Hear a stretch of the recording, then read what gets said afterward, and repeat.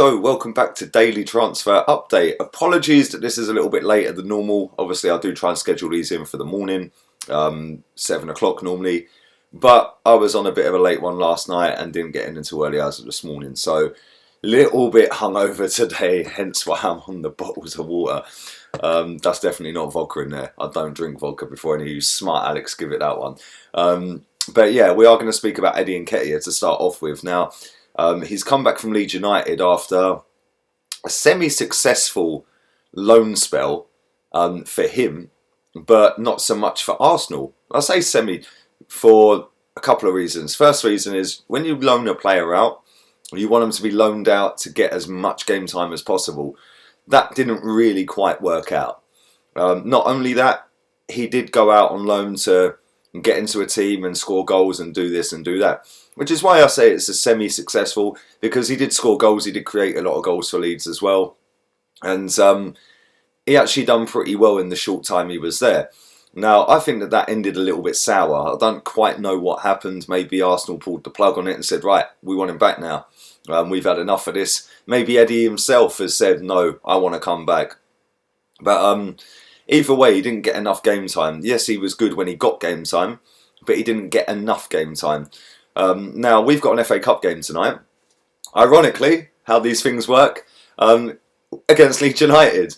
Now, I've picked him in my starting 11. If you want to check my preview out, I did that about an hour ago. So go and check that out. Show that some love. And I picked him. Somebody said in my comment section, I think it was Michael, big up Michael, said that if he plays for us tonight, he now then can't go out and play on loan for somebody else. Excuse me. So we've got a bit of a dilemma, because if we play him tonight, we're then keeping him for the rest of the season. If we don't play him tonight, then he's probably going out on loan. And there's 3 teams that are really interested in getting him. I'm sure there'll be more than 3 in total, but right now there's about 3 teams. The front runners are Nottingham Forest, which would probably be a good move for him. They're quite high up the table, they're doing alright, they play decent football.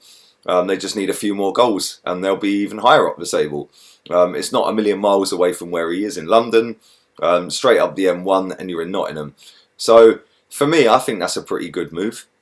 The other team that are interested in him are Bristol City. Now, if we remember back to the summer, Bristol City were heavily linked to him. And I actually at one point thought he was going to go to Bristol City over Leeds United. Now, that obviously didn't happen. He did go to Leeds. But they're said to still be in for him. So that could be a possibility. And the last team is Sheffield Wednesday. Again, Sheffield's not a million miles away. It's straight up the motorway as well. A little bit further up than Nottingham. But again, they're a decent team. A massive stadium. Massive crowd. Always had a good following, Sheffield Wednesday. Very similar to Leeds, in fact. They've always had big followings. So all 3 of them clubs would be good moves for him. If I was Eddie, I'd go with Nottingham Forest. I think that would be the better move. I think that would... I don't know why, I just think that would be the better fit. I think that he'd do really well there. Listen, he's going to do really well wherever he plays because he's a good goal scorer. He's got good ethic, he's got good work rate. And I think he's a talented kid. I don't think he's quite talented enough to step into the first team at Arsenal yet. But at the same time, go out on loan, go and do another loan next season for a whole season. Then come back to Arsenal when maybe Lacazette or Aubameyang have gone, and then you're up front.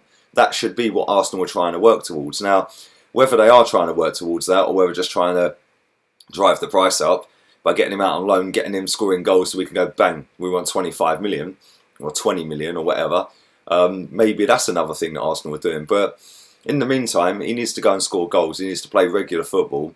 He don't need to be sat on the bench. The worst thing as a footballer is being sat on the bench.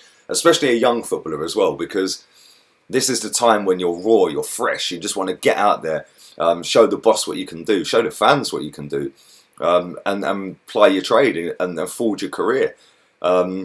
He's not really been able to do that. It's kind of sad because he is definitely good enough for the Championship. I think we've proved that already. We've seen that when he's played for Leeds United. I actually think he'd be pretty good in the Premier League, just not quite at Arsenal yet. But listen, leave it all in the comments section. Let me know your thoughts on Eddie Nketiah. Let me know which club you think would be the best fit for him. Nottingham Forest, Sheffield Wednesday or Bristol City? Leave that in the comment section down below. We're now going to move on to Hakim Ziyech. Now, Hakim Ziyech is linked with a move to Arsenal, £43 million. This story came out a couple of days ago. It's still out there today. No real movement on it. No quotes from him or his agent or anything like that. But I wanted to ask you guys whether you think he's worth £43 million. For me, I think it's baffling that nobody signed him in the summer. I was like, what is everyone missing? And then that made me think, hang on, what's wrong with the guy? Is there something wrong with this guy as to why nobody wanted him in the summer? Because literally, nobody went in for him. Not one single football club went in for Hakim Ziyech. And when you look at his goals, when you look at his goals to game ratio, when you look at the assists that he gets, it's pretty damn relentless. And I just found it a bit odd that nobody's gone in for him. So why? I wanted to ask you guys, why hasn't anybody gone in for him other than us now? Why didn't anybody go in for him in the summer? It was only apparently us that did go in for him in the summer. I didn't see anybody else linked to him. But leave it in the comments and let me know about that. I just want to talk about a couple of defenders quickly as well. We'll start off with Koulibaly. Now, Koulibaly has got a release clause of £92 million.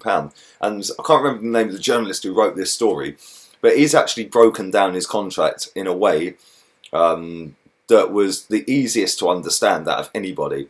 He said, look, it's £92 million. It then dropped to £80 million after so-and-so. I think it was 2019.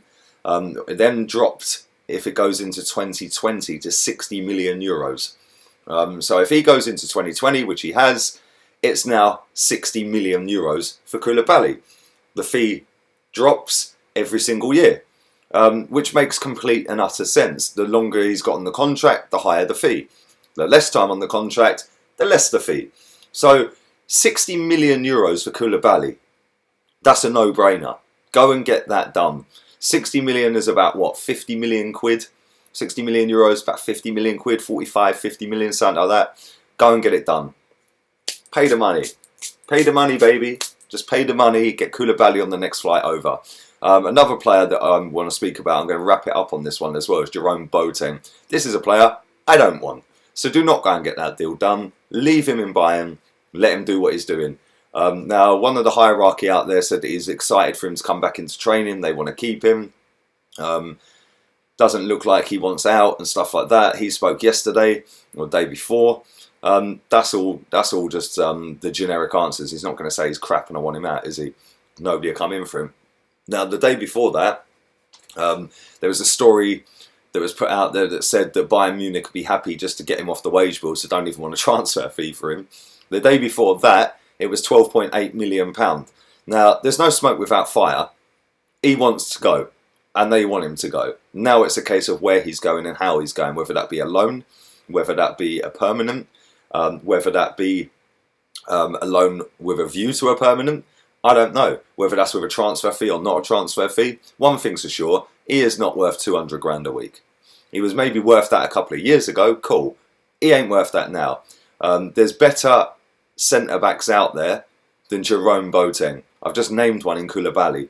Now, it might be a short-term fix. It might just be saying for the 6 months and then give him back. It might be a case of, well, we'll put you on an 18-month contract. But then, if we do go and get a Koulibaly or an Upamecano, add that to Salah, who's already in the bag, you're then stuck with a defender that's on nearly 200 grand a week. So, I don't want him. I don't want him at the club. I think it's time for him to just carry on doing what he's doing in Bayern. I don't want him near it. Leave that in the comment section as well. Now, tonight I will not be doing a watch-along for the game, sadly.